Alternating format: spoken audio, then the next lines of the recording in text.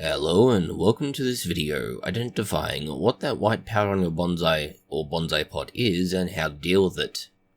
At this time of year there is less to do with bonsai. Everything slows down and goes quiet.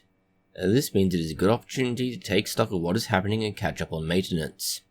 One of the more common issues you'll see, especially coming into spring and summer, so the end of winter as such, is a white film or residue on your bonsai pots and bonsai themselves. This might be one of two things, mould or salt.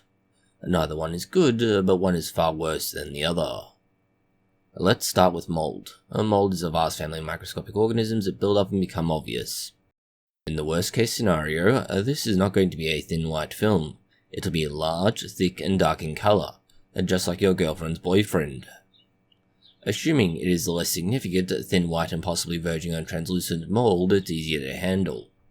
You can get away with leaving it be for now if you wish. It is winter and little harm will happen right away. Once spring warmth starts to creep into the world, you will want to look at fungicides and mould sprays. If it is systemic, this is a good time to use it. At the start of spring, everything begins to move around the tree, and especially sap. As such, the systemic fungicide or mould spray will have the opportunity to be systemic.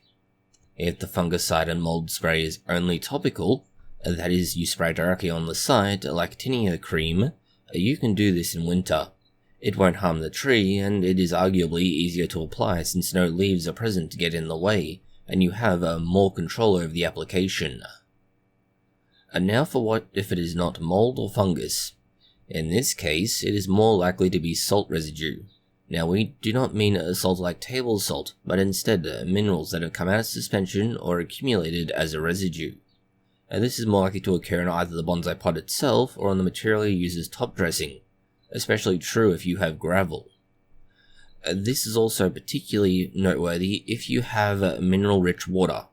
That is water that's either from a spring often, or similar, where it has not been filtered or otherwise processed. If you're on town water, it's less likely to be a concern, but it may still happen. As far as dealing with this goes, if it's gravel, you can literally just wash it off with regular watering. You shouldn't notice it once you resume watering in spring. It is a little more difficult to handle if you want to exhibit the tree during winter, but if you're very careful on how you apply a damp sponge, you can simply sponge it off. As for the pot, it's a little more work, but just as easy to get rid of. You can take a moist cloth and wipe it off. That cleans away the residue for now. And to keep the residue from building up as quickly, you can apply a thin layer of mineral oil. Put a small amount on a cloth or sponge and simply wipe it over the surface of the pot. This should prevent some of the water from pooling and leaving a residue on the pot as readily. The only method to prevent this from occurring at all is to avoid any water on the pot. A job much easier said than done. This is why neither mould nor residue is a big issue as long as you address it. If you want to exhibit your trees, it can be slightly more difficult, especially with the residue element, but otherwise it's relatively straightforward to figure out which is which and deal with it. Thank you for watching this video. If you have found it interesting, consider liking, sharing and subscribing. Please do post any comments, questions or suggestions you have below.